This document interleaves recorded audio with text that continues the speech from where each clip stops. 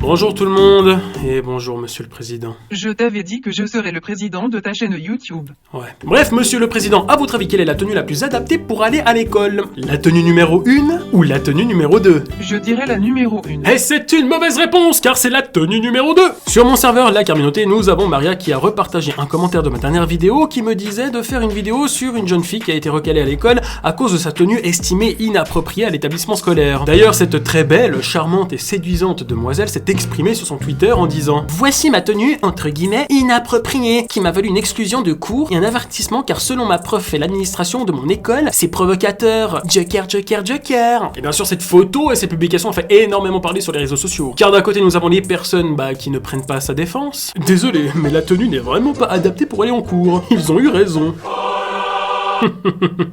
Et t'en as d'autres qui ont préféré prendre sa défense. C'est honteux de se faire virer pour ça. Connard.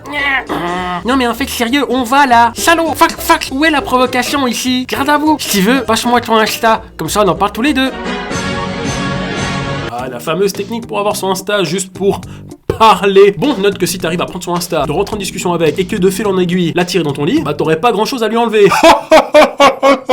Enfin bref, comme les jeunes ont de la peine à comprendre certaines choses, voici un petit résumé de ce qu'il faut prendre avec vous lorsque vous allez à l'école. Bonjour les enfants, ceci est une vidéo éducative pour vous apprendre à bien vous préparer avant d'aller à l'école. Pour commencer, n'oubliez pas de prendre avec vous vos affaires de cours, une petite collation pour la cour de récréation et surtout des vêtements pour s'habiller, car on n'est pas au carnaval de Rio ou à une putain de convention de la Japan Expo. Bordel, mais en fait ces enfants ils ont pas des parents pour leur dire quelque chose. Et s'ils ont des parents puis qu'ils voient ça, ils disent quoi? Voilà papa, je suis prête. Très bien chérie.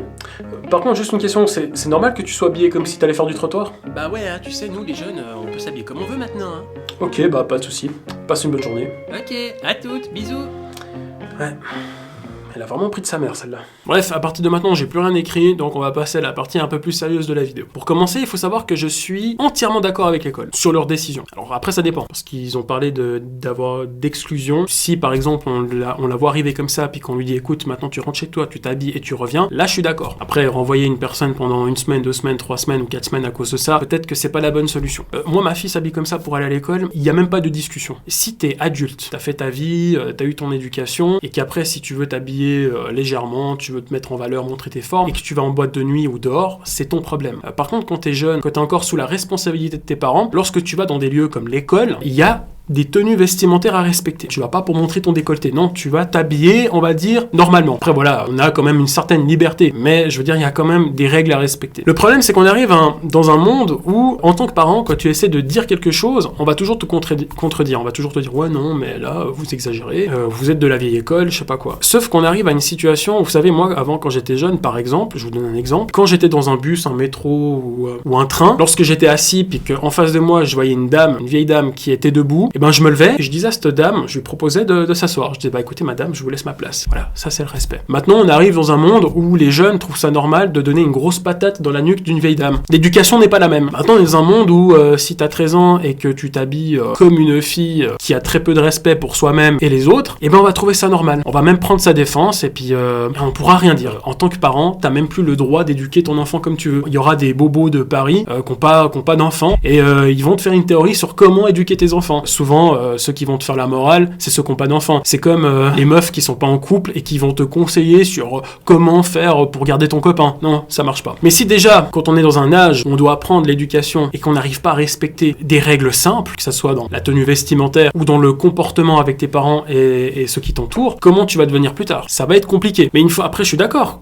Quand t'es adulte, tu t'habilles comme tu veux. Je veux dire, on est dans des pays libres, donc habillez-vous comme vous voulez. Après voilà, il y a quand même, faut pas oublier, quand on fait des conneries dans la vie, il y a les retombées. C'est-à-dire que si tu fais n'importe quoi dans ta jeunesse, après faut pas s'étonner si t'arrives à 30 ans ou 40 ans puis que t'es seul et que tu vis avec des chats. Tu vois, donc il faut quand même savoir se respecter un minimum. On fait ses expériences, ce qui est normal. Faut avoir des limites. Il faut s'imposer des limites. Enfin voilà, du coup, moi je ne jetterai pas la pierre sur cette fille. Je pense que le vrai problème, c'est tout ce qu'il y a autour, cette société. Le problème, c'est pas les jeunes. En fait, je pense que le problème, c'est ce qu'il y a autour, parce que c'est ce qui nous construit. Nous, on a grandi dans un monde déjà où il n'y avait pas Internet. Je sais pas, à 13, 14 ans, on commençait à avoir accès à Internet, et en plus, c'était des accès limités, parce qu'on pouvait pas voir tout et n'importe quoi non plus. Maintenant, on a accès à tout, on voit tout, donc les gamins à 10 ans, ils ont déjà tout vu, ils savent tout, tu vois. Ça parle de meufs, ça parle de voitures, ça parle d'ex. T'as un gamin de 10 ans, il a plus d'ex que moi qu'on est 30, tu vois. Mais enfin, on va trouver ça normal. Après, c'est vrai que chaque génération, ils vont trouver que les jeunes de maintenant sont dans l'excès. Donc ça aussi, c'est un phénomène qui existe depuis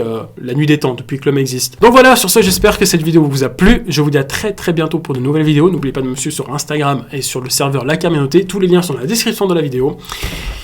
Et je vous dis à bientôt.